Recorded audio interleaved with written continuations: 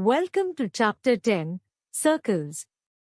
You'll meet the tangent, a line that just grazes a circle at a single point, and discover its two beautiful properties.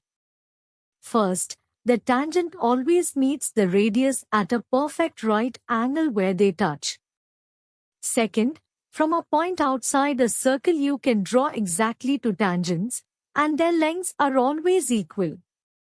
You'll also see how many tangents you can draw from inside, on, or outside the circle. Then we'll prove and apply these ideas on every example and exercise, one gentle step at a time, before finishing with exam practice. In the darkness of the unknown, a stuck student finds their way, the greatest minds, and turn confusion into brilliance. Here is a circle, and a straight line that slices right through it. Watch where the line meets the circle.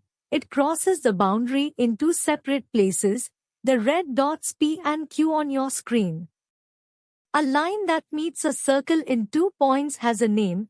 We call it a secant, from the Latin for to cut, because that is exactly what it does. It cuts clean across. Hold that picture of P and Q in your mind, because in a moment I'm going to slide this line and let those two crossing points chase each other. And what happens when they finally meet is the whole secret of a tangent. Now watch closely. I'm going to lift the line outward, away from the center, keeping it perfectly level. As it rises, notice what the two red points do. Q, on the right, starts traveling up and over toward P on the left. Why does that happen? Because the higher the line sits, the shorter the slice of circle it cuts, so the two crossings have less and less circle between them. They drift together, closer and closer, like two ends of a shrinking cord. And here is a magic moment. The instant P and Q collide, the line has nowhere left to cut, the two crossing points have merged into one. The line no longer passes through the circle, it just grazes the very top, kissing it at a single point.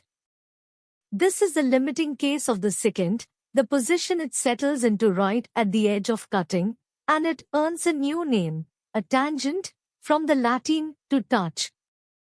So a tangent isn't a strange new object dropped from the sky, it's simply a secant whose two meeting points have become one. That is why a tangent touches the circle at exactly 1 point, and never two. There it is, clean and settled, one straight line, one single meeting point, which we mark T for the point of contact. Say it to yourself, one line, one touch. That single flashing point is where the whole chapter lives. Almost everything we prove from here on hangs on this one spot where the tangent meets the circle. That is the whole idea of a tangent.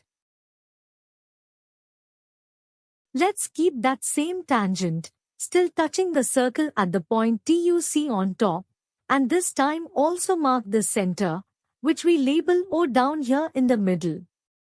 Now I want to ask what looks like an innocent little question, but its answer gives us the most important theorem in the whole chapter. Stand at the center O and look out at the tangent line.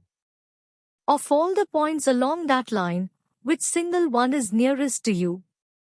Keep your eye on the figure while we hunt for it. To find the nearest point honestly, let's not guess, let's test. I'll drop a whole fan of segments from the center O out to lots of different points scattered along the tangent line.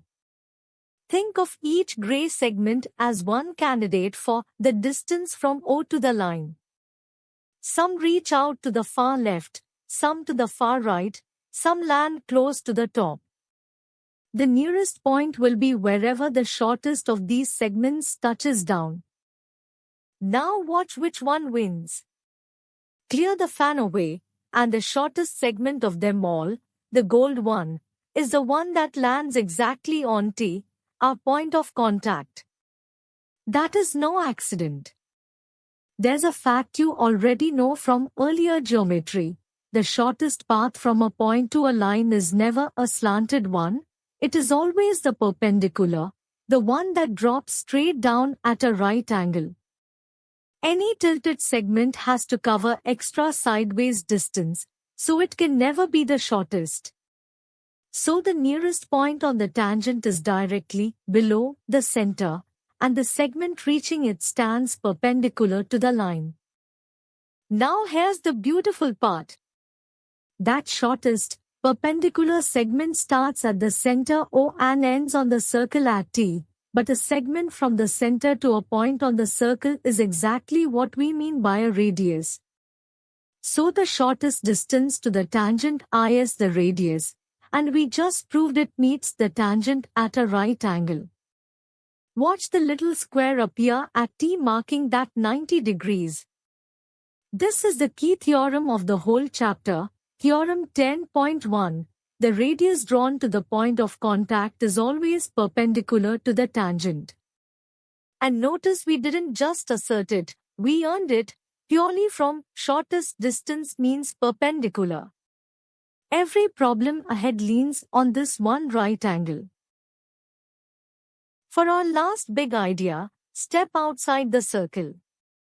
Put yourself at the point T out here on the right, well away from the circle, and reach back to touch it with straight lines. How many tangents can you draw from out here? Not infinitely many, and not just one. From an external point you can draw exactly two. One line curves up to graze the circle at A on top, the other down to B below. Any line steeper than these would miss the circle entirely. Any shallower would cut straight through as a secant.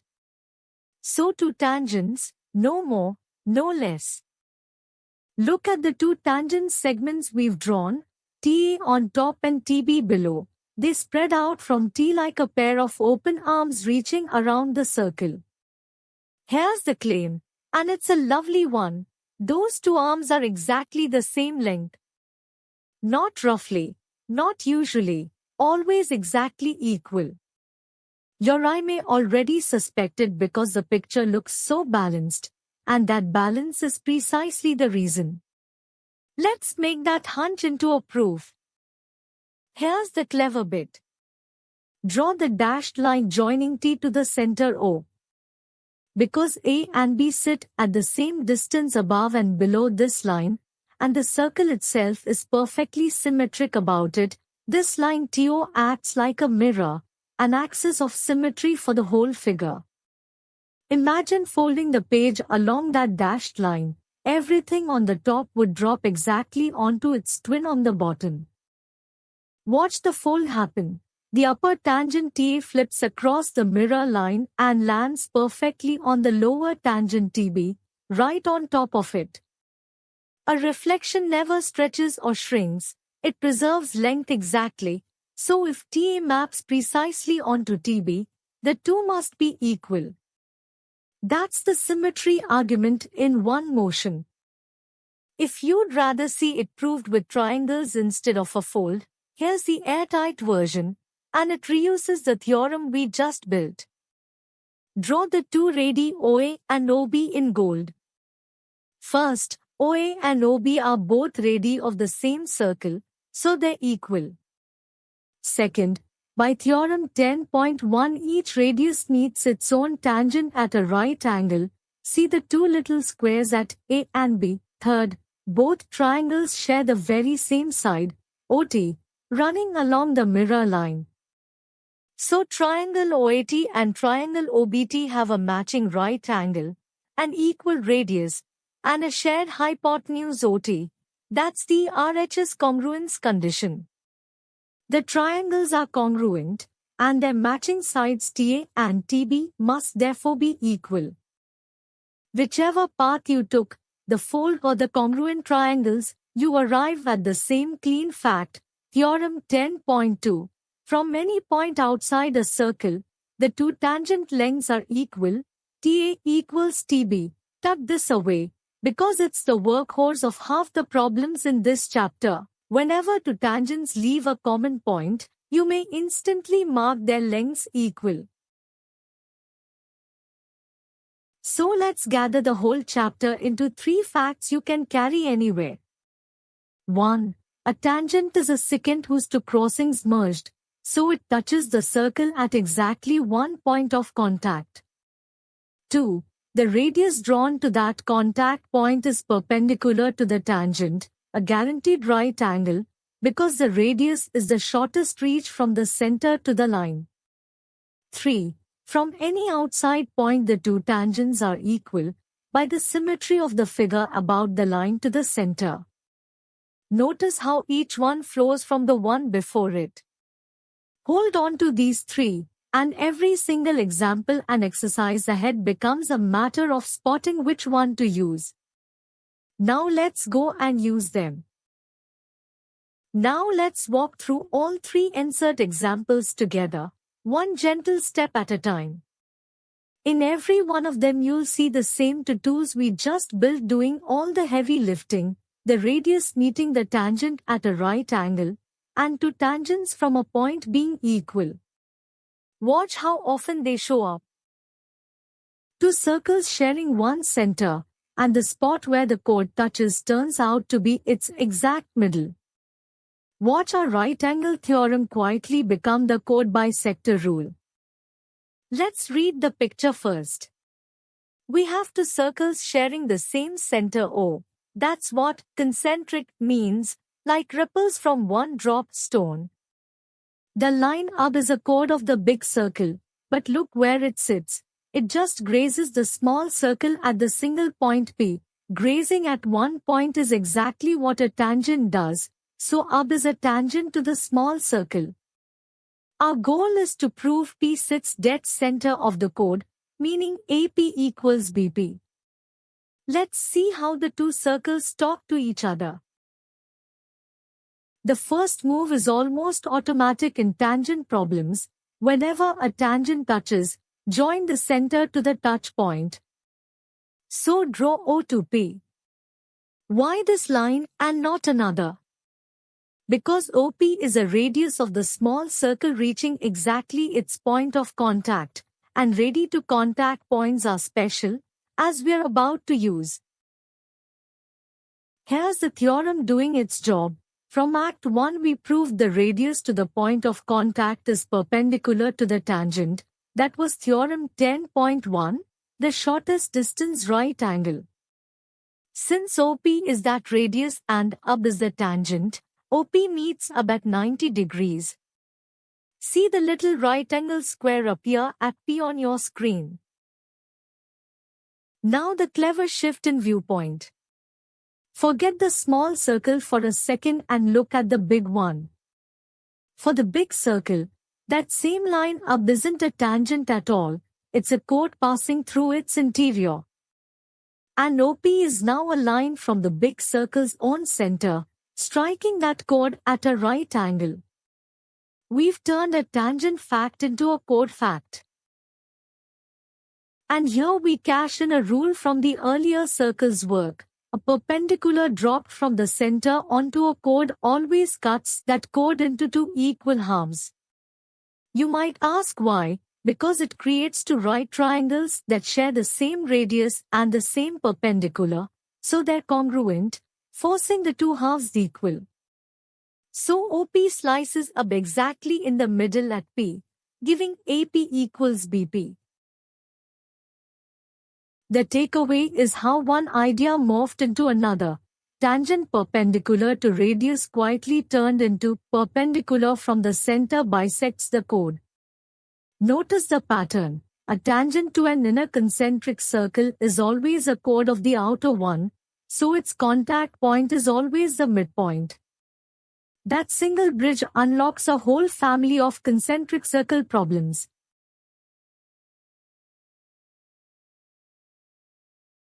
Give the unknown tip angle a name, then chase it step by step all the way down to the contact point. Both of our theorems show up on the way. Let's picture it. T is the outside point on the right, and from it two tangents reach in to touch the circle at P on top and Q below. we are asked to connect the sharp angle at the tip, angle PTQ, with the angle OPQ tucked in near the circle. When we don't yet know an angle, the smart teacher move is to give it a name and chase it, so let theta stand for the tip angle PTQ. Everything else we'll express in terms of theta. Reach for our first theorem. The two tangents from the single outside point T are equal in length, that's theorem 10.2, which we proved by folding the figure across the line to the center. So TP equals TQ. And a triangle with two equal sides is isosceles, so triangle TPQ is isosceles with its apex at T. Now use two facts about that isosceles triangle. Its base angles, the ones at P and Q, are equal because equal sides face equal angles. And all three angles of any triangle add to 180 degrees. The apex already uses up theta, so the two equal base angles must share whatever's left, 180 minus theta, split evenly. Hence each base angle is half of that. Let's tidy that expression, because a neat form makes the next step obvious. Half of 180 is 90, and half of theta is half theta. So angle TPQ is simply 90 degrees minus half of theta. Keep this piece handy. We'll subtract it in a moment. Now bring in our second theorem, at the contact point P this time. OP is the radius reaching the point of contact, and TP is the tangent there, so by theorem 10.1 they meet at a right angle. That means the full angle OPT, from the radius across to the tangent, is exactly 90 degrees. Here's the geometric insight that links everything. The angle OPQ we actually want is the little wedge left over when you sit the base angle TPQ inside the full right angle opt. In other words, OPQ is simply opt with TPQ carved out of it, a straightforward subtraction you can literally see in the figure at P. Now substitute the two pieces we found, 90 for opt, and 90 minus half theta for TPQ. And watch the arithmetic clean itself up. 90 minus a quantity that itself contains 90 causes the 90 to cancel, leaving just half of theta. That cancellation is the little miracle that makes the whole result so tidy. Finally, remember theta was only a nickname for angle PTQ. So we've shown angle OPQ equals half of angle PTQ. The tucked-in angle is exactly half the sharp tip angle. The chase is complete. Reading it the other way round, the tip angle is twice angle OPQ, which is precisely what was asked. Step back and see who did the work. Equal tangents built the isosceles triangle, and tangent perpendicular radius supplied the right angle. Naming the unknown theta and chasing it is a habit worth keeping for every prove this angle relation problem.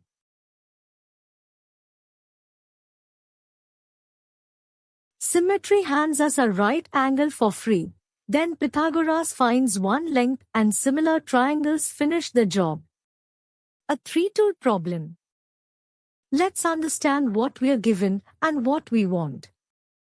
The chord PQ is 8 centimeters long, the radius is 5, and the two tangents at P and Q meet outside at T. We're after the tangent length TP. This one's numerical, so we need a plan before we compute.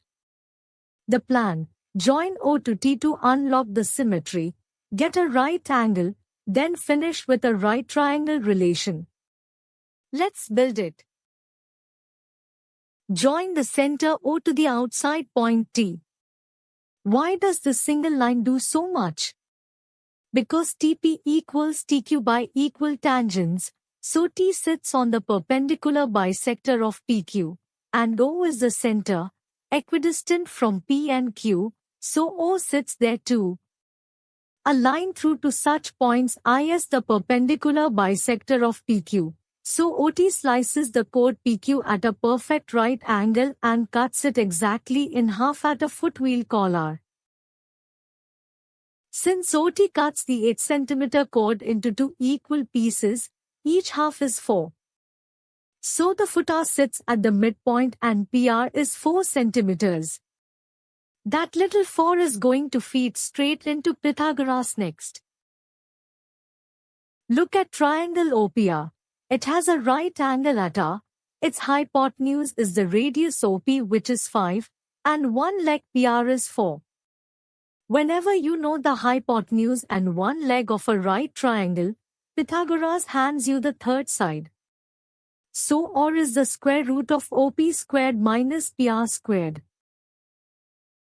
Put the numbers in. 5 squared is 25, 4 squared is 16, and their difference is 9, whose square root is 3. So OR is 3 centimeters. You've just spotted the classic 3 for 5 right triangle hiding inside the figure.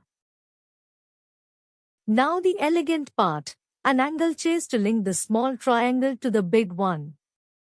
In right triangle TRP, the two non-right angles add to 90. So angle TPR plus angle PTR is 90.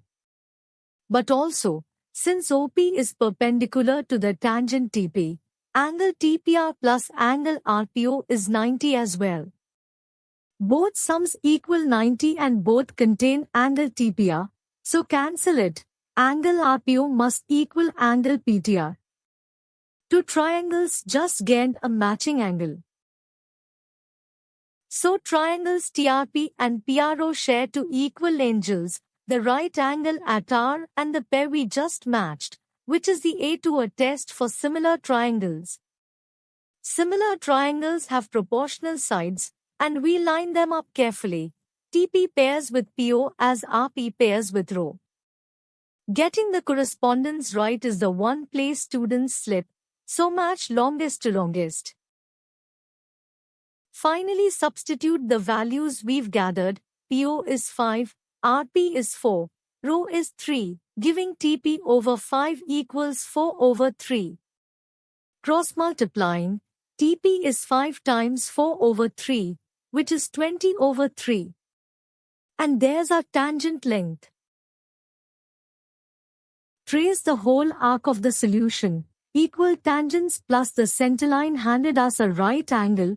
Pythagoras turned the 3 4 5 triangle into or equals 3, and similar triangles carried us the last step to TP.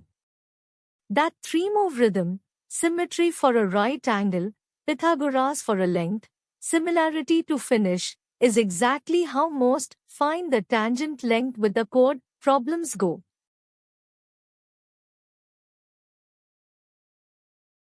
Now let's solve every exercise question from 10.1 and 10.2, breaking each into small, clear steps you can follow.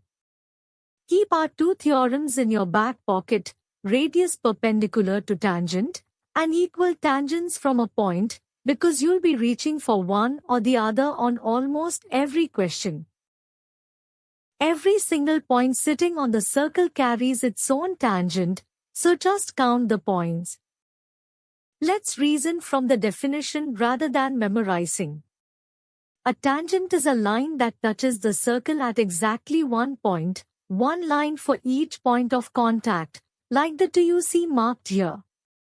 So the real question hiding inside, how many tangents, is simply, how many points are there on a circle to touch at? And here's the answer. A circle isn't made of a few dots. It's a smooth, continuous curve with endlessly many points packed along it. You could never finish listing them. Each one of those infinitely many points offers its own unique tangent. So the count of tangents matches the count of points, infinite. So a circle has infinitely many tangents, one at each of its infinitely many points. The lesson worth keeping. How many tangents at points on the circle always means count the contact points, and on a smooth curve that's endless.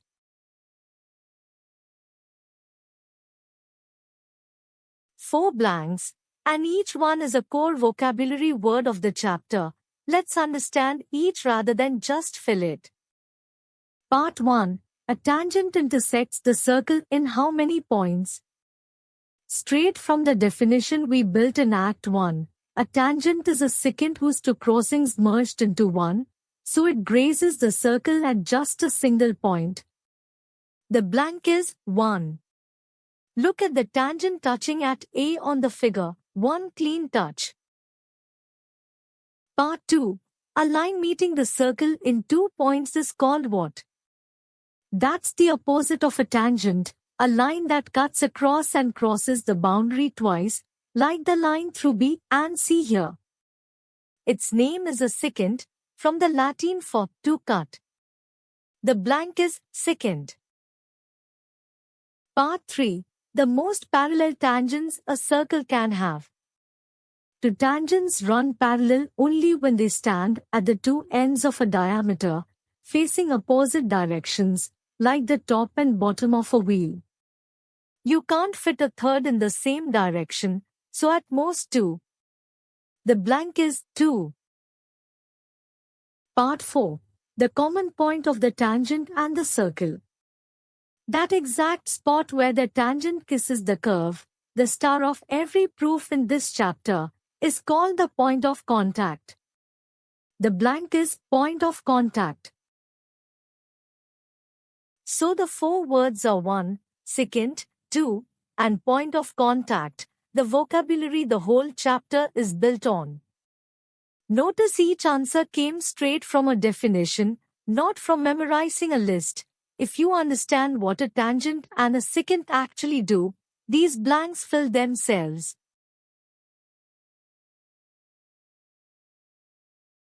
The radius meets the tangent at 90 degrees, so a right triangle appears and Pythagoras does the rest. But watch which side is the hypotenuse. Let's set the scene. P is where the tangent touches, so OP is the radius, equal to 5. The line OQ runs from the center out to the point Q on the tangent, and that's given as 12. What we want is PQ, the stretch of tangent from the contact point to Q, 3 points, one triangle forming. Let's find its right angle. Here's the theorem that turns this into arithmetic. Since PQ is a tangent and OP is the radius to the contact point, they meet at a right angle by theorem 10.1, see the square at P. So triangle OPQ is right-angled, and crucially the right angle sits at P, not at O or Q.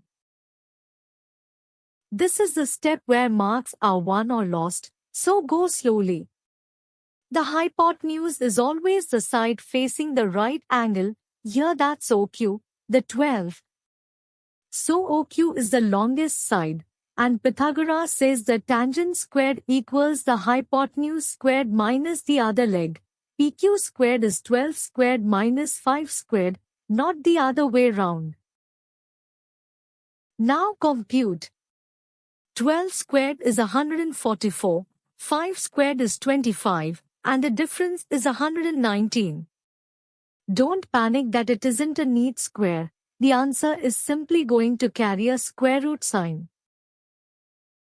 Take the square root of both sides to free PQ, and we are left with root 119. That matches option D exactly. The tempting wrong answer is 13. You get that only if you mistakenly treat 5 and 12 as the two legs, expecting the famous 5, 12, 13 triple. But 12 is the hypotenuse here, the side opposite the right angle, so it's root 119. The habit to lock in. Find the right angle first, then the hypotenuse is the side across from it.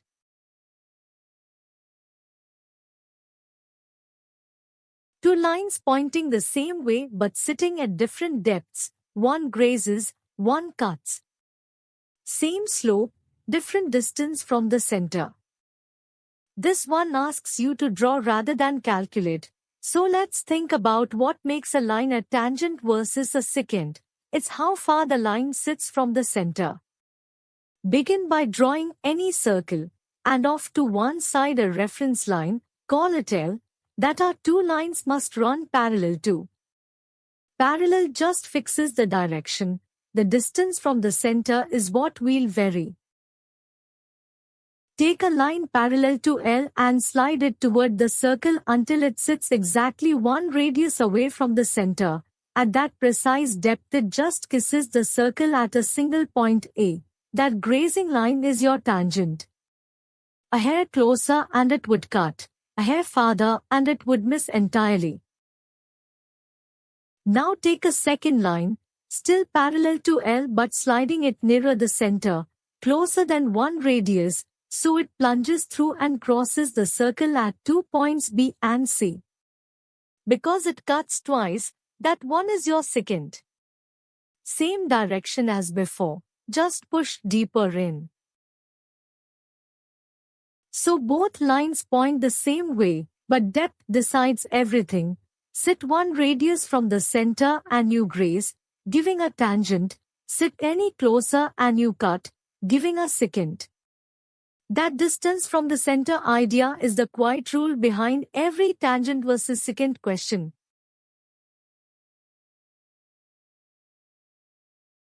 A clean 724-25 right triangle is hiding in this figure. The radius perpendicular to the tangent is what reveals it. Let's label the picture. The tangent touches at P, so the tangent length QP is the 24 we are given, and OQ, the 25, is how far the outside point Q sits from the center. The radius OP is the unknown we are chasing. Notice this is the mirror image of the last problem. There we wanted the tangent, here we want the radius. Same key theorem as always. The radius OP meets the tangent QP at a right angle by theorem 10.1. So triangle OPQ is right-angled at P, and since the hypotenuse is the side facing that right angle, the hypotenuse is OQ, the 25, the longest side, as it should be. Now rearrange Pythagoras to solve for the leg we want instead of the hypotenuse. A leg squared equals the hypotenuse squared minus the other leg squared. So OP squared is 25 squared minus 24 squared. We are subtracting because OP is a shorter side, not the hypotenuse. Crunch the numbers. 25 squared is 625, 24 squared is 576, and the difference is 49. The square root of 49 is a tidy 7. So the radius is 7 centimeters. So the answer is A, 7 centimeters, and the reason the numbers came out clean is that 7, 24, 25 is a Pythagorean triple, a right triangle hiding in the figure. Spotting these triples, 3, 4, 5, 5, 12, 13, 7, 24, 25, lets you sanity check tangent problems in seconds.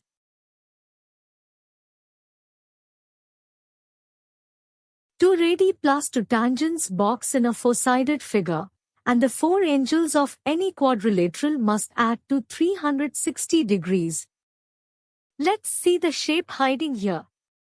Trace O to P along a radius, P to T along a tangent, T to Q along the other tangent, and Q back to O along the second radius. That closed path is the quadrilateral OPTQ. We're told the center angle POQ is 110 degrees, and we want the tip angle PTQ. So we need a relation tying the four corners together. Two of those corners we already know. By theorem 10.1, each radius meets its tangent at a right angle, so both angle OPT and angle OQT are 90 degrees. That's the recurring gift of this chapter. Every tangent radius meeting is a free 90.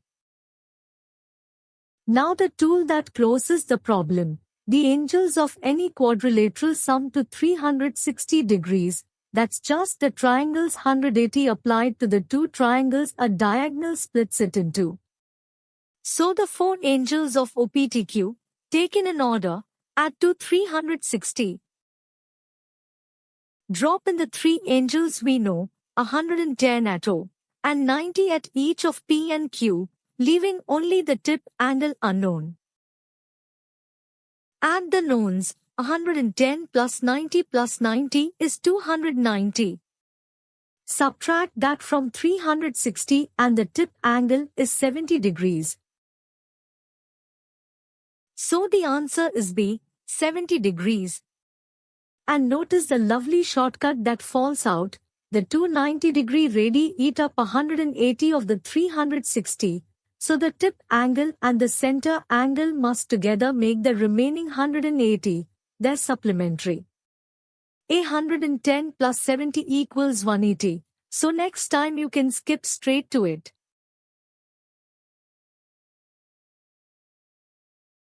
The line from the external point to the center is a mirror line. It bisects the angle between the two tangents, and that halving unlocks everything.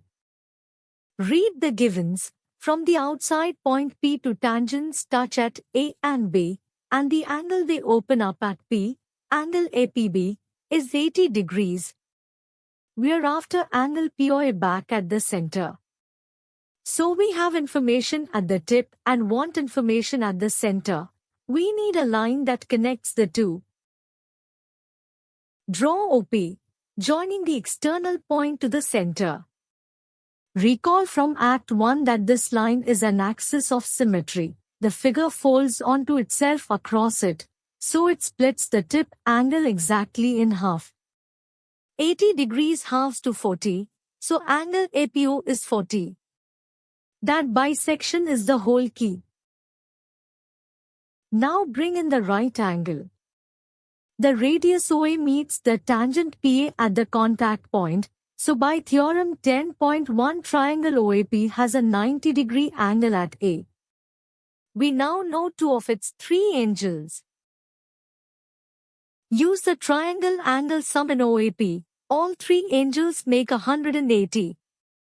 We have the 90 at A and the 40 at P, so angle POA plus 90 plus 40 equals 180. 90 plus 40 is 130, and 180 minus that leaves 50. So angle POA is 50 degrees. So the answer is A, 50 degrees.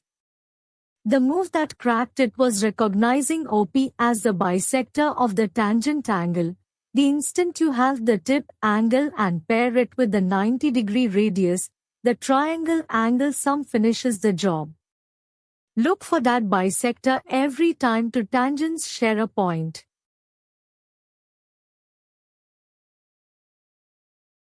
Both tangents stand bolt upright at 90 degrees to the very same diameter, and two lines square to the same line can only run parallel. Let's set up the proof. Take a diameter A to B, the straight line through the center hitting the circle at the top A and bottom B. Draw the tangent where it touches at A, and the tangent where it touches at B. Parallel means these two lines never meet no matter how far you extend them, and that's what we must prove. Focus on the top point A. Here's the neat part. Because A to B is a diameter, the radius OA lies right along the diameter itself. And by theorem 10.1 the tangent at A is perpendicular to that radius. So the tangent at A stands at 90 degrees to the line A to B. Now the identical argument at the bottom point B. The radius OB also lies along the diameter A to B, and the tangent at B is perpendicular to it. So the tangent at B is likewise at 90 degrees to the very same line A to B. Here's the finish. We now have two lines, the tangent at A and the tangent at B, each standing perpendicular to one common line A to B. two lines square to the same line can never tilt toward each other, so they must be parallel, or if you prefer angle language, A to B is a transversal making equal alternate angles of 90 degrees, which forces parallel lines. So both tangents stand at 90 degrees to the same diameter, and that alone forces them parallel. That's the entire idea. The general principle to carry away, lines that are both perpendicular to a common line are automatically parallel, a fact you'll reuse well beyond circles.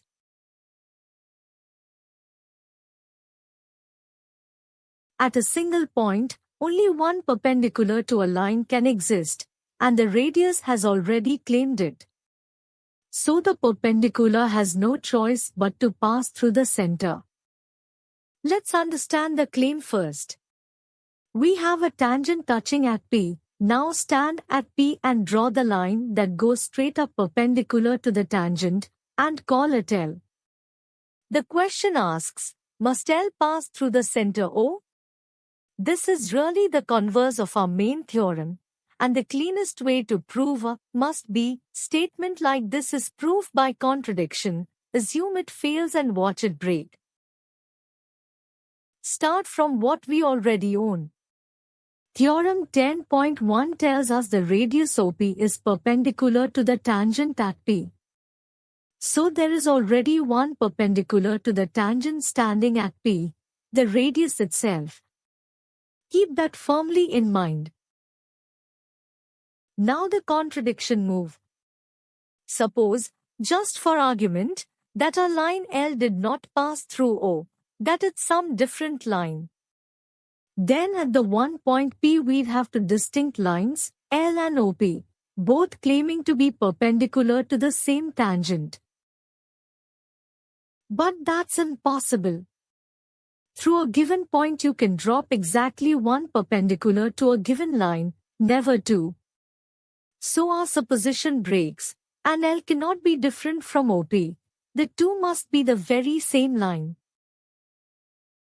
And here's the payoff. OP obviously runs through O, the center. Since L is identical to OP, L runs through O as well. The perpendicular at the contact point is forced through the center. So this is exactly the converse of theorem 10.1. At P only one perpendicular can exist, the radius already occupies it, so the perpendicular has no choice but to pass through O. The takeaway on method, when you must prove something is unique or forced, assume the opposite and hunt for the impossibility. That's the shape of nearly every prove it passes through proof.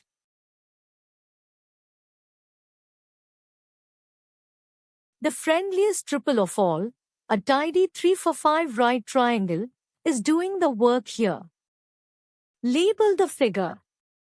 The tangent touches at P, so the tangent length AP is the 4 we are given, and OA, the distance from the outside point A to the center, is 5.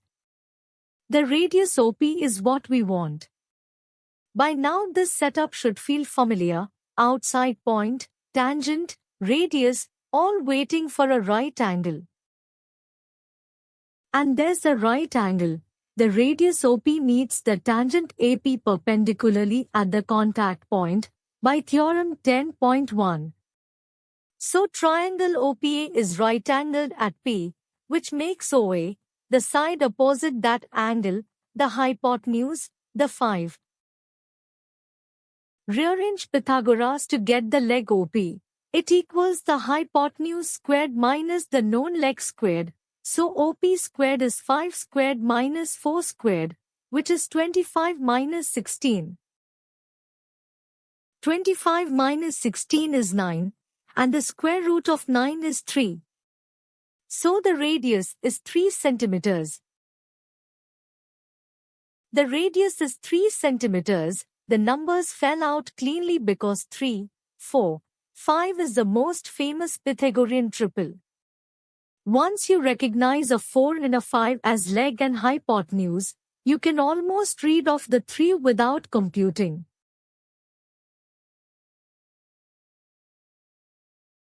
This one stacks two ideas. Tangent perpendicular to radius hands you a right angle, and perpendicular from the center bisects the chord hands you the midpoint.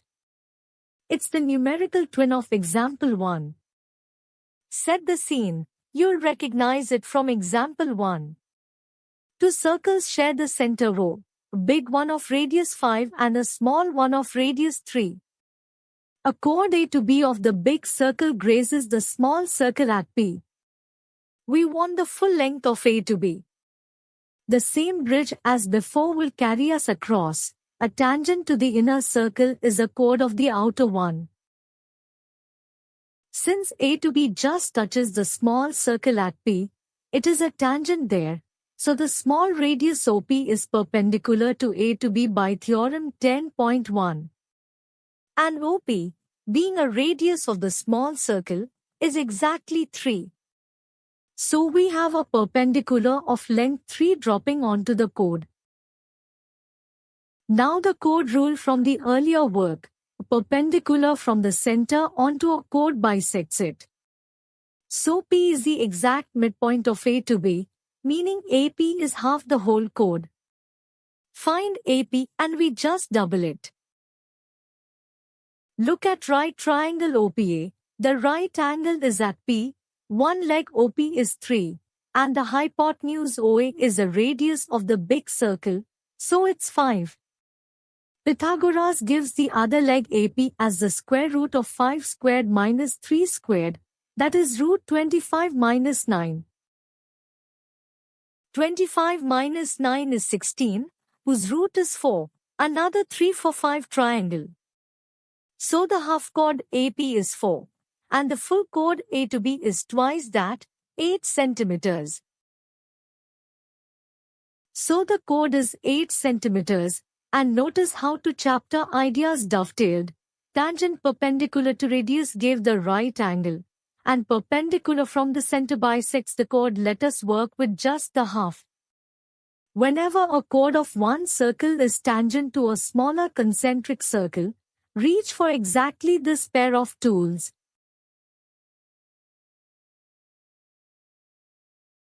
Every corner of the quadrilateral sends out two equal tangents. Write those 4 equalities, add them, and the sides regroup themselves into the answer. Let's understand, circumscribe. The circle sits inside the quadrilateral touching all 4 sides, 1 touch per side. Mark those contact points P on A to B, Q on B to C, R on C to D, and S on D to A. The entire proof rests on one theorem, equal tangents from an external point, and here each vertex A, B, C, D plays the role of an external point sending out two tangents. Start at vertex A. The two tangent segments leaving a touch at P and at S, so by theorem 10 point they're equal. AP equals AS, one vertex, one equality. The same reasoning at B. Its two tangents touch at P and Q, so BP equals BQ. At C, the tangents touch at R and Q, giving CR equals CQ.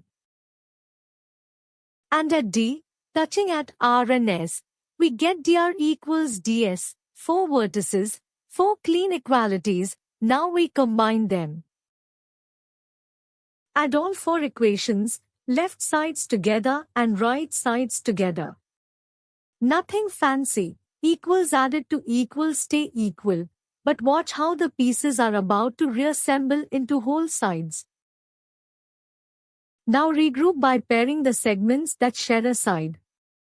On the left, AP plus BP is the whole side A to B, and CR plus DR is the whole side C to D. On the right, AS plus DS makes A to D, and BQ plus CQ makes B to C. It's just rearranging the same terms.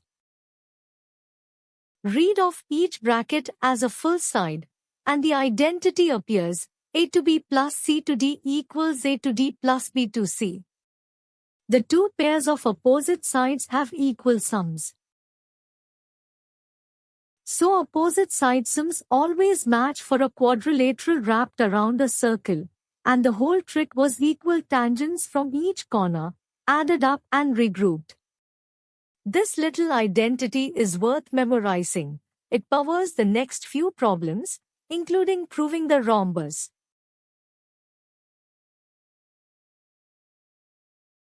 Parallel tangents make cointerior angles that add to 180. The two bisectors halve that down to exactly 90 at the center. Let's picture this carefully. Two parallel tangents run along the top and bottom, and a slanted third tangent A to B crosses between them, touching the circle at C, with A up on the top line and B down on the bottom. We must prove angle AOB at the center is exactly 90. Let P be where the top tangent touches and Q where the bottom one touches. Those give us the equal tangent pairs we'll need. Now use equal tangents at A and at B. From A, the tangents AP and A to C are equal, and equal tangents come with a symmetry. The line AO bisects the angle PAC. The same at B. BQ equals B to C, so BO bisects angle QBC. So OA and OB are angle bisectors. Hold that thought. Bring in the parallel lines. The top tangent XY is parallel to the bottom X prime Y prime, and A to B is a transversal cutting across both. Cointerior angles, the ones on the same side between the parallels, always add to 180. So angle PAB plus angle QBA is 180. Here's where the bisectors pay off. OA cuts angle PAB in half to give angle OAB, and OB cuts angle QBA in half to give angle OBA. Having both sides of the previous equation, angle OAB plus angle OBA is half of 180, which is 90. Finally, look at triangle OAB. Its three angles sum to 180, and two of them already total 90, so the third, angle AOB, is whatever's left, 180 minus 90. So angle AOB is a clean 90 degrees. The chain was elegant. Parallel tangents force cointerior angles to 180. The two equal tangent bisectors halve that to 90. And a triangle angle sum delivers the final right angle. Equal tangents secretly did the halving. That's the move to remember.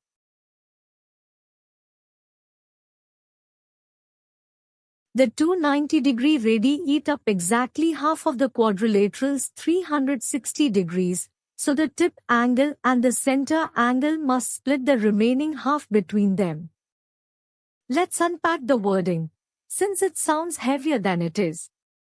The angle between the two tangents is the tip angle APB. The angle subtended by the segment joining the contacts at the center is angle AOB. Supplementary just means they add to 180.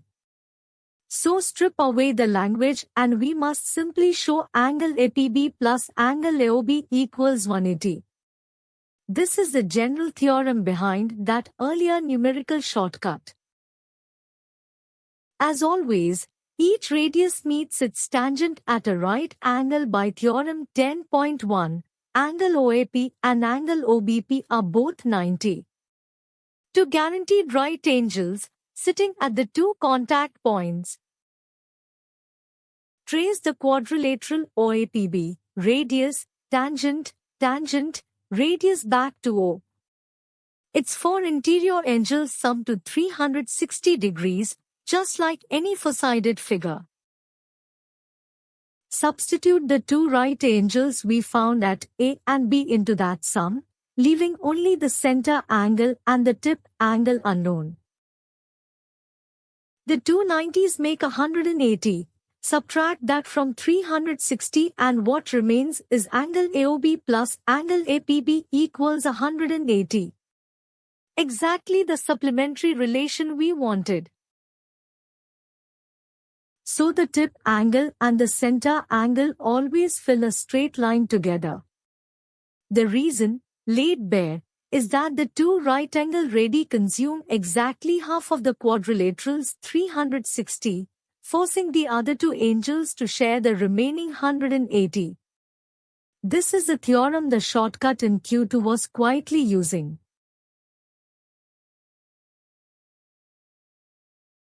The circumscribed sidesum from Q8 collides with the parallelogram's own equal sides property, and together they force adjacent sides equal, which is exactly what makes a rhombus. Let's be clear on the target. A rhombus is a parallelogram with all four sides equal. We are handed a parallelogram ABCD that wraps around a circle, touching all four sides, and we must show its four sides are equal. The beauty here is we get to reuse the result we just proved in Q8 rather than start from scratch. First, because the circle touches all four sides, a circumscribed quadrilateral identity from Q8 applies directly. Opposite sidesums are equal, so A to B plus C to D equals A to D plus B to C. That's one equation relating the sides. Now use the fact that it's a parallelogram. Opposite sides of any parallelogram are already equal. So A to B equals C to D and A to D equals B to C. That's the extra information Q8 alone didn't have. Substitute those equalities into the sidesum. On the left, A to B plus C to D becomes A to B plus A to B, that is to A to B. On the right, A to D plus B to C becomes to A to D. So to A to B equals to A to D. Divide both sides by 2. A to B equals A to D. But those are adjacent sides. Combine that with the opposite sides already being equal, and every side must match every other. All four sides are equal. So a parallelogram that hugs a circle is always a rhombus. What's the strategy that made it short? Layer the tangent sidesum on top of the parallelogram's built-in equal opposite sides, and the two together squeeze adjacent sides into equality. Reusing an earlier result instead of reproving it is a hallmark of clean geometry.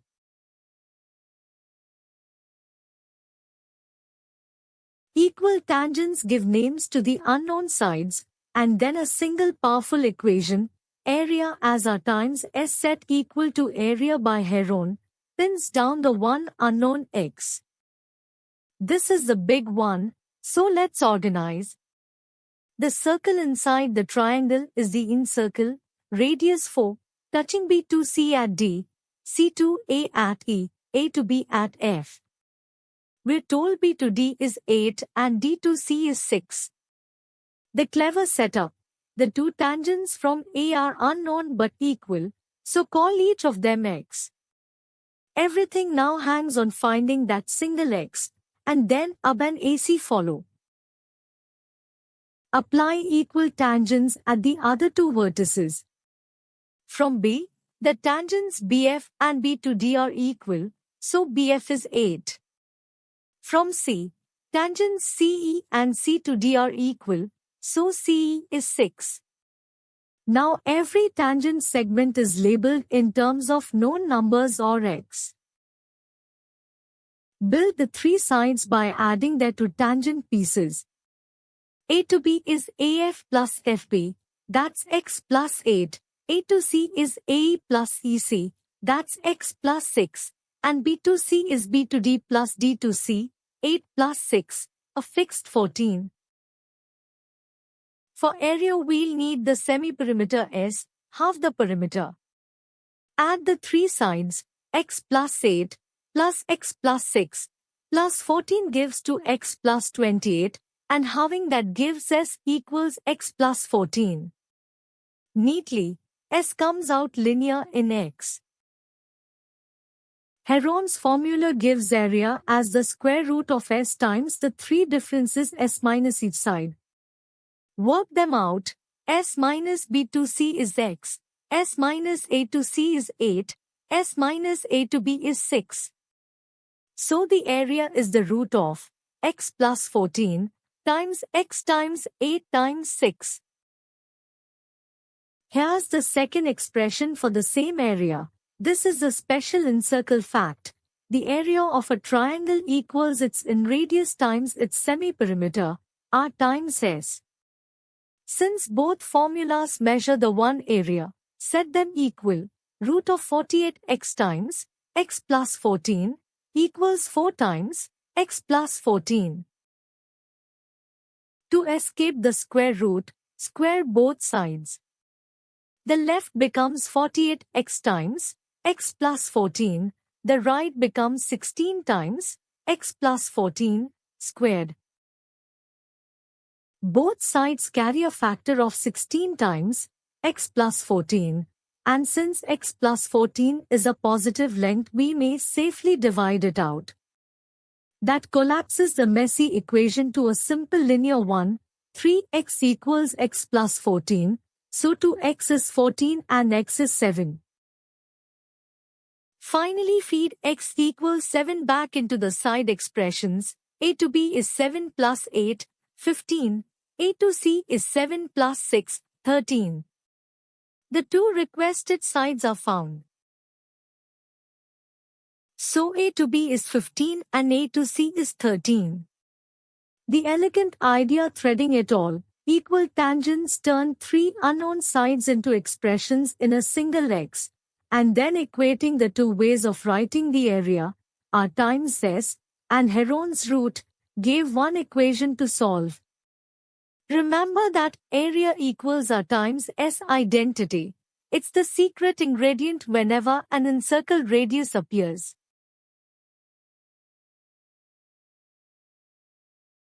The equal tangent symmetry splits the full turn at the center into 8 little angels that pair up equally, and those pairs regroup into two matching halves of 180 each. Let's decode the statement. Quadrilateral ABCD wraps a circle centered at O, touching the four sides at P, Q, R, S. The angle a side subtends at the center means, for side A to B, the angle AOB. We must show opposite sides give supplementary center angles. Angle AOB plus angle COD equals 180. The strategy is to slice the full turn at O into pieces and pair them. Join O out to all four contact points and to all four vertices. Two facts emerge: each radius OP, OQ, OR, OS is perpendicular to its side, and by the equal tangent symmetry the lines OA, OB, OC, OD each bisect their vertex angle. So the region around O is finely divided. Those lines carve the full angle around O into 8 little wedges. Label them angle 1 through angle 8 going round. Since they completely fill the turn around the point O, they must add to 360 degrees. Now the symmetry bites. At each vertex the equal tangent congruent triangles make the two wedges straddling that contact point equal. So angle 1 equals angle 2, angle 3 equals angle 4, and so on, for equal pairs in all. This is equal tangents showing up yet again, this time as equal angles at O. Group the 8 wedges into the two opposite side pairs. Angle AOB plus angle COD scoops up exactly one wedge from each of the 4 equal pairs, and angle BOC plus angle DOA scoops up the other wedge from each pair. Since the pairs are equal, these two groups collect identical amounts, so they equal to each other. Put it together, the two groups are equal, and between them they use up all 360 degrees. Two equal things adding to 360 means each is exactly half, 180. So angle AOB plus angle COD is 180. So opposite sides do subtend supplementary angles at the center. The engine driving it was, once more, equal tangents, this time producing 8 little angels that pair off, then regroup to split the full 360 into two matching 180 arms. This closes exercise 10.2, and notice how a single theorem, equal tangents, powered nearly every proof in it.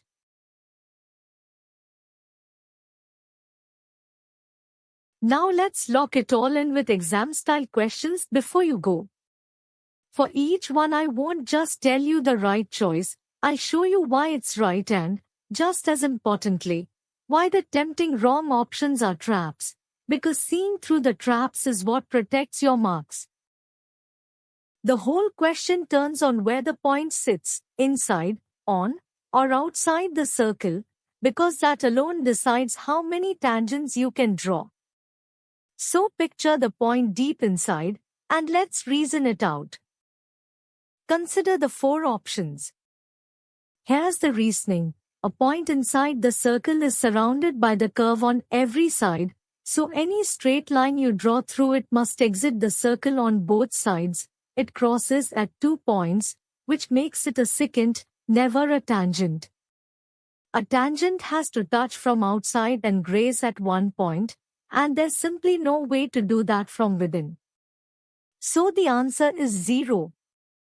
Watch the traps. 2 is the count from an outside point, 1 is from a point on the circle, and infinitely many is the total for the whole circle. Each is the right answer to a different position, which is exactly how the question tests whether you know the 3 cases apart. The moment you read, a circle touches all 4 sides, a bell should ring. This is a circumscribed quadrilateral, so opposite side sums are equal, the identity we proved in exercise 10.2 Q8. Let's put it to work. Consider the 4 options. By that identity, a to b plus c to d equals a to d plus b to c. Substitute the known sides, 6 plus 4 on the left, and a to d plus 7 on the right. So 10 equals a to d plus 7, giving a to d equals 3 centimeters, option A. The wrong choices are there to catch a mispairing. If you accidentally set opposite sides equal 1 to 1 instead of summing them, or add the wrong pair, you'd land on 5, 8 or 9.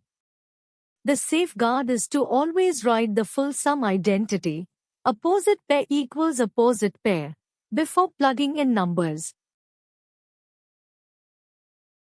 Sketch the 3 key segments, the radius to the contact point, the tangent, and the line OP from center to the external point. Because radius meets tangent at 90 degrees, they form a right triangle, and here OP, joining the far outside point to the center, is the hypotenuse. So this time we are adding, not subtracting. Consider the 4 options. Since OP is the hypotenuse, Pythagoras adds the 2 legs. OP is the square root of 8 squared plus 15 squared, that is the root of 64 plus 225, which is the root of 289, a clean 17. Option A, another Pythagorean triple, 8, 15, 17. Beware the traps. 23 is what you'd get by wrongly adding the lengths 8 and 15 straight, and root 161 comes from mistakenly subtracting under the root as if OP were a leg. The rule that keeps you safe: when you want the hypotenuse, add the squares; when you want a leg, subtract. 2 moves unlock this. First, the line OP from the center to the external point bisects the angle between the 2 tangents, by the symmetry we saw in Act 1. Second, the radius stands at 90 degrees to the tangent. Chain those together and the answer falls out. Consider the 4 options. Step 1. OP bisects the 60-degree tip angle into 2 halves of 30 degrees each, so the tangent makes 30 degrees with OP. Step 2. At the contact point the radius is 90 degrees from the tangent. So the angle between the radius and OP is what's left after removing that 30 from the 90. 90 minus 30 is 60 degrees, option B. The traps are instructive. 30 is only the half angle at the tip, not the angle you were asked for. 90 is the full radius tangent angle before subtracting, and 120 is the tempting double-it error. Draw the little triangle OP contact and label each angle to avoid grabbing the wrong one. This is the direct tangent length formula, and it's worth knowing why it looks the way it does. The tangent is a leg of a right triangle whose hypotenuse is the distance from the center and whose other leg is the radius. So tangent length equals the square root of distance squared minus radius squared. Here distance is 13 and radius is 5. Consider the four options.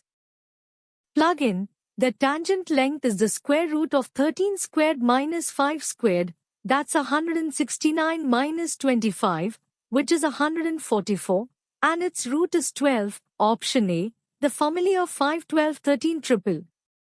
The distractors expose classic slips. 8 comes from subtracting 13 minus 5 before squaring, 18 from adding them, and root 194 from squaring and adding instead of subtracting. Always square first, then subtract, then root, in that order. Assertion reason questions have 3 checks, and you must do all 3 in order. Is the assertion true on its own? Is the reason true on its own? And does the reason actually explain the assertion? Let's run them one by one. Which option is correct? Check 1. The assertion that the tangent is perpendicular to the radius at the contact point is true. That's theorem 10.1. Check 2. The reason that the radius is the shortest distance from the center to the tangent is also true. Check 3. The subtle one. Does the reason explain the assertion? Yes, exactly, because the shortest distance from a point to a line is always the perpendicular. The radius being shortest is precisely why it meets the tangent at a right angle. This is the very derivation we built in Act 1, so the reason is the genuine cause of the assertion. Both true and the reason explains it. That's option A. Don't fall for the trap of stopping after 2 checks. The explaining step is what separates option A from option B. Same 3-step drill, but this time the assertion is a specific number. So we first test it by actually computing with the formula the reason states, then judge whether that formula is genuinely the rule behind it. Which option is correct? First test the assertion. The reason gives tangent length as root of d squared minus r squared. So with d equal to 10 and r equal to 6, that's the square root of 100 minus 36, which is root 64, exactly 8, matching the claimed 8 centimeters, so the assertion is true. The reason itself is a true, standard formula. And does it explain the assertion? Absolutely. The assertion's number was produced by that very formula, so the reason is its direct cause. Both true. Reason explains assertion. Option A. Notice how here we couldn't judge by eye. We had to plug the numbers in to be sure the assertion was true. Always verify numerical assertions by computing. This is a lovely real-world case. Because a wheel rolling on flat ground is a perfect physical tangent, the ground touches the wheel at exactly 1 point beneath it. Everything abstract we've proved now lives on the road. Let's read the geometry both at that contact point and from a point out along the ground. The ground plays the role of the tangent, and OC is the radius reaching down to the point of contact C. So this is just theorem 10.1 dressed up in a real situation. By theorem 10.1, the tangent is perpendicular to the radius at the contact point, so the ground meets OC at 90 degrees. That's why the center of a wheel always sits directly above the point touching the road. The spoke to the ground is perfectly upright. Two right triangles chained together here. First, find OP using triangle OCP, where OC is the radius and CP runs along the ground at a right angle. Then use OP with the radius to get the tangent length. Let's take them in turn. In right triangle OCP, the legs are the radius 35 and the ground distance 84. So OP is the square root of 35 squared plus 84 squared, which comes to 91 centimeters. Then the tangent length PT is the square root of OP squared minus the radius squared, root of 91 squared minus 35 squared, which works out to 84 centimeters. Notice the tangent length equals the ground distance here, a neat coincidence of these particular numbers. P is a single point sitting outside the circle, and from any external point the two tangents are equal. That's theorem 10.2, no fresh calculation needed. Yes, they're equal. Tangents from an external point are always equal in length by theorem 10.2. The symmetry result from Act 1. So both measure the same 84 centimeters we just found. The second tangent comes free, no new working required. That's the practical payoff of the equal tangent theorem. Compute one length and you instantly know its twin. It's a 3-4-5 right triangle, doubled across the chord, the exact same machinery as exercise Q7 just with new numbers. Set it up as before. Two circles, one center O. A chord A to B of the big circle, radius 5, grazes the small circle, radius 4, at P. We want the full chord A to B. Recognize the type, a chord of the outer circle that's tangent to the inner one, so the same two tools will crack it. Because A to B touches the small circle at P, the small radius OP is perpendicular to A to B by theorem 10.1, and OP equals 4. And a perpendicular from the center bisects the chord, so P is the midpoint and AP is half of A to B. In right triangle OPA, the right angle is at P, the hypotenuse OA is the big radius 5, and one leg OP is 4. Pythagoras gives the half chord AP as the root of 5 squared minus 4 squared, that's root 25 minus 16, which is root 9, 3. That 3 is only half the chord, so double it.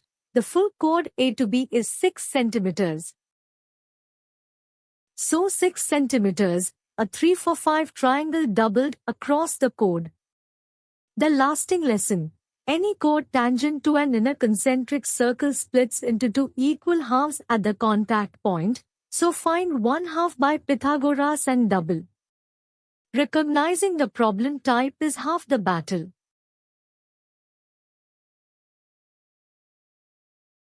Equal tangents let us name three unknowns, and a beautiful add-them-all trick delivers the semi-perimeter, from which each tangent drops out as S minus the opposite side.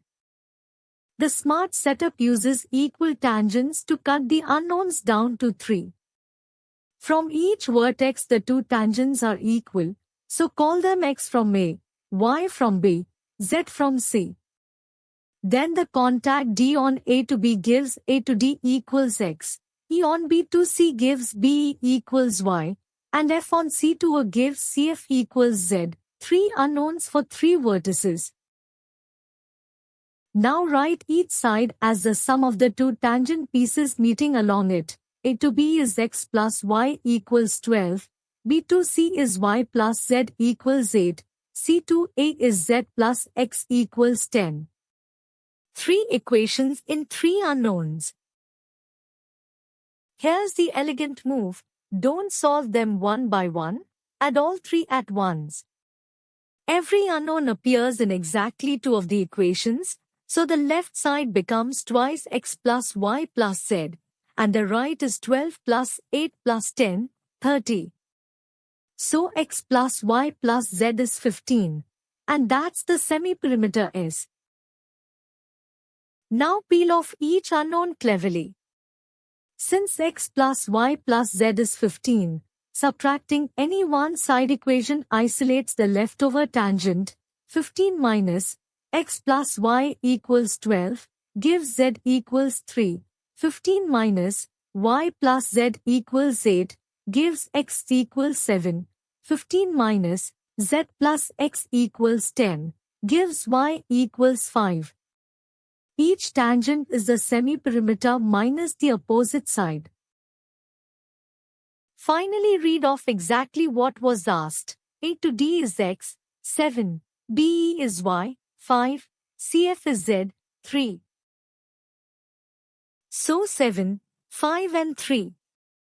What you've just seen is the classic tangent length equals semi-perimeter minus the opposite side result, and the trick that produced it. Add all three equations to get twice the sum, then subtract back, is one of the most reusable moves in geometry. Store it away.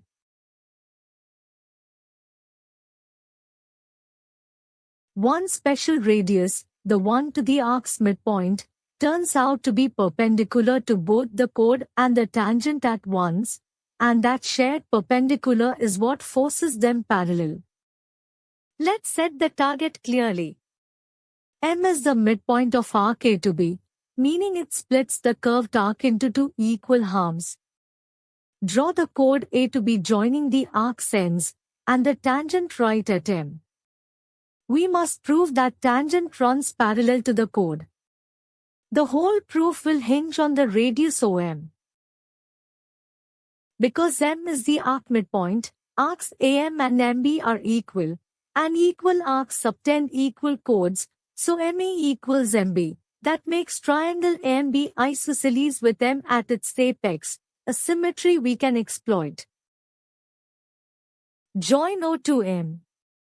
In an isosceles triangle, the line from the apex to the circle's center falls along the axis of symmetry, so it meets the base A to B at a right angle. Hence OM is perpendicular to the chord A to B. That's the first of the two perpendicularities. Now the second, OM is a radius reaching the point of contact M, and by theorem 10.1 the tangent at M is perpendicular to that radius. So OM is perpendicular to the tangent as well. The one line OM is square to both. Put the two together. The chord and the tangent are each perpendicular to the same line OM, and two lines perpendicular to a common line must be parallel. So the tangent at M is parallel to the chord A to B. So the tangent at the arc's midpoint is parallel to the chord, and the pivot of the whole argument was that single radius OM being perpendicular to both. Whenever you can show two lines are each perpendicular to one common line, you've proved them parallel. That pattern showed up in the diameter proof too, and it's worth watching for.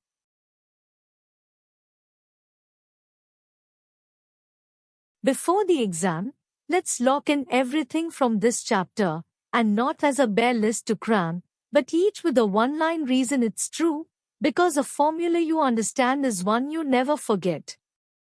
We'll gather the key theorems, the smart shortcuts, the traps to dodge, and a couple of memory hooks. Here is the whole chapter on one card, each fact with its reason. Theorem 10.1. The tangent at any point is perpendicular to the radius to that point of contact, a right angle, always. And remember why, the radius is the shortest reach from the center to the line, and the shortest reach is the perpendicular. Theorem 10.2. The two tangents from an external point are equal, T equals TB, because the figure is symmetric about the line to the center, so that line also bisects the angle between them. The tangent length from an outside point is the square root of d squared minus r squared. That's just Pythagoras on the right triangle of radius, tangent, and the distance d. And the count of tangents follows from where the point sits, none from inside, one from a point on the circle, two from outside. Understand each reason and the card writes itself. Here's the single habit that unlocks most tangent problems. The very moment you see a tangent, don't wait. Draw the radius to its point of contact. Why does this help so reliably? Because by theorem 10.1 that radius is perpendicular to the tangent, so drawing it hands you a free right angle out of thin air. And a right angle is exactly what Pythagoras needs for lengths, and what angle chasing needs to get started. Look back and you'll see almost every work problem in this chapter began with this one move. When several tangents leave the same outside point, give their equal lengths names x, y, and z. Here's why that's so powerful. By the equal tangent theorem, each side of an inscribed triangle or quadrilateral is just the sum of two of these named pieces, so a shape full of unknown sides collapses into a handful of easy linear equations. Add them all up and the semi-perimeter trick, tangent equals s minus the opposite side, falls right out, exactly as it did in the triangle problems. Naming the equal tangents is the key that turns geometry into simple algebra. For any two tangents from an outside point, join the center O to that external point. Here's why that one line does so much. The whole figure is symmetric about it, so it acts as an axis of symmetry. It bisects the angle at the tip, and it meets the chord joining the two contact points at a perfect right angle. That single stroke splits the figure into two congruent right triangles, and once you have congruent right triangles, every length and angle you need is within reach. It's the move behind the equal tangent proof itself.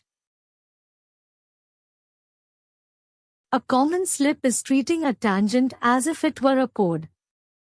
Go back to how we built the tangent in Act 1. It's a secant whose two crossing points merged into one, so it kisses the circle at exactly one place, the point of contact. A chord, or the secant that carries it, still meets the circle at 2. So keep the count straight. 1 point means tangent, 2 points means secant. Confusing them changes which theorem you're allowed to use, so it's worth getting right. Don't ever fudge the angle at the contact point. The radius drawn to where the tangent touches is always exactly perpendicular, 90 degrees, never a general or approximate angle. And you know why it's exact. The radius is the shortest distance from the center to the line, and shortest always means perpendicular. This right angle is the seed of nearly every proof and every Pythagoras step, so treating it as way quietly throws away the easiest marks on the paper. Here's a memory hook to carry into the exam. Radius meets tangent at a right angle.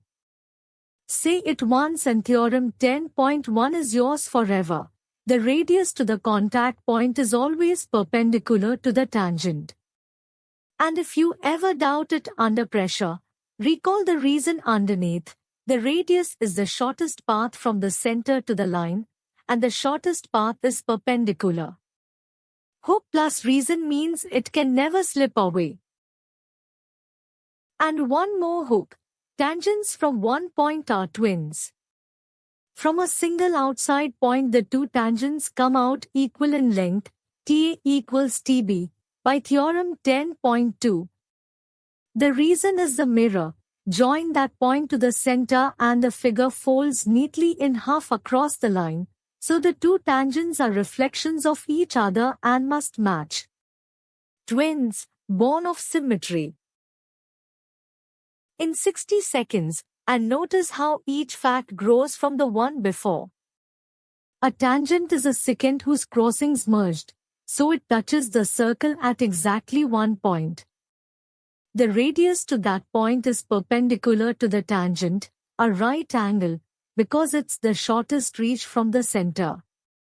From an external point, the two tangents are equal, T equals TB, by the mirror symmetry about the line to the center. The tangent length is the square root of d squared minus r squared, straight from Pythagoras on that right angle. And the tangent count depends on the point's position, none from inside, 1 from on the circle, 2 from outside. Hold the chain, not just the list, and you're truly exam ready.